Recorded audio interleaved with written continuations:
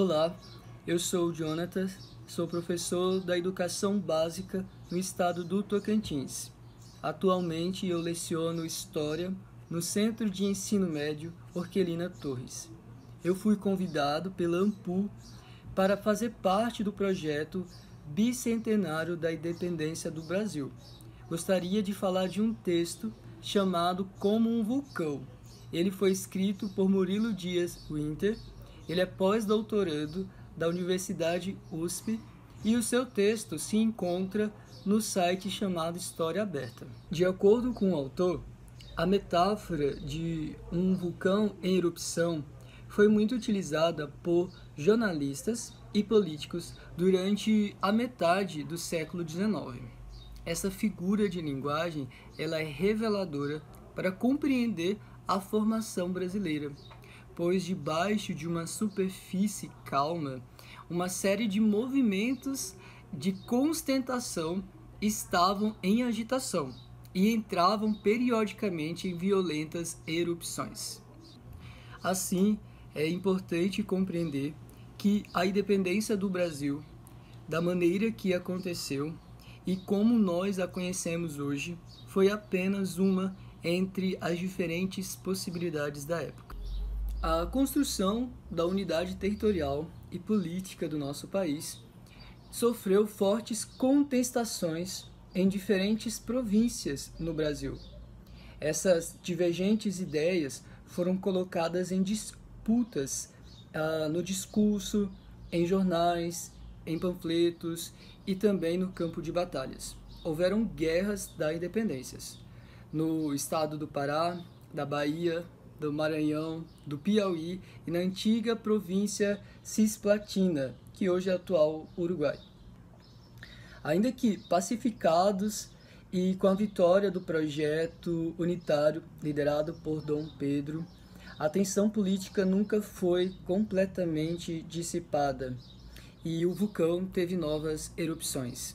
Não é à toa que a legislação vigente naquele período considerava tentativas de rebelião e sedição por parte dos rebeldes.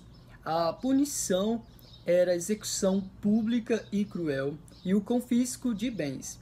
E isso aconteceu com uma figura conhecida, o Frei Caneca, que foi fuzilado publicamente por ter sido considerado um dos líderes da Confederação do Equador, que é um movimento de insurgência que a partir de Pernambuco buscava criar uma república independente no norte do Brasil.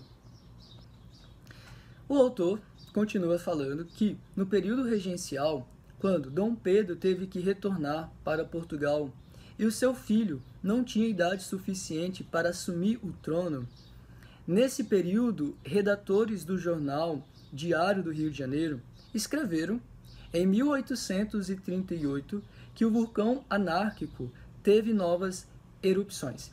Isso foi uma referência a vários movimentos que ocorreram em diferentes lugares do nosso país.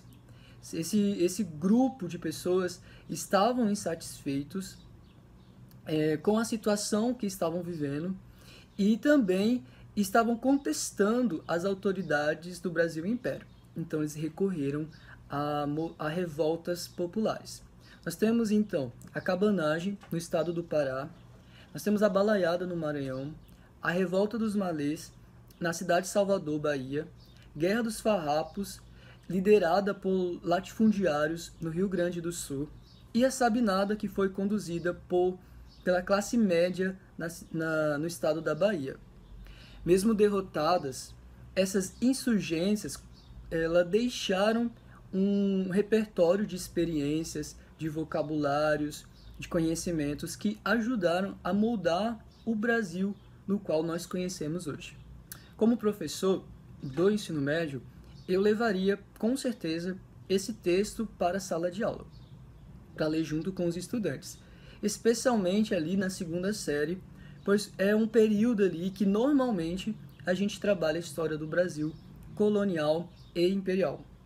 A partir da leitura desse texto, da reflexão e da análise, eu ia propor aos estudantes que eles se dividissem em grupos. Cada grupo de alunos serão estimulados e incentivados a fazer uma pesquisa sobre alguma revolta popular do período regencial. Por exemplo, um grupo ficaria com a cabanagem e outro ficaria ali com a balaiada. Depois de realizarem suas pesquisas, eu como professor gostaria e pediria para eles um roteiro de apresentação, que eu pudesse ler e assim orientá-los. Marcaria um dia específico para eles realizarem essa apresentação e socializar com os demais colegas o resultado das suas pesquisas. Poderia ser por meio de um cartaz, por meio de um desenho. Eles teriam liberdade criativa para apresentar o resultado da sua pesquisa. No final, eles devem entender que a independência do Brasil poderia acontecer de diferentes maneiras, e não apenas uma única forma no qual nós conhecemos hoje. Então essa é a minha contribuição como professor para esse texto e como utilizá-lo de maneira didática em sala de aula.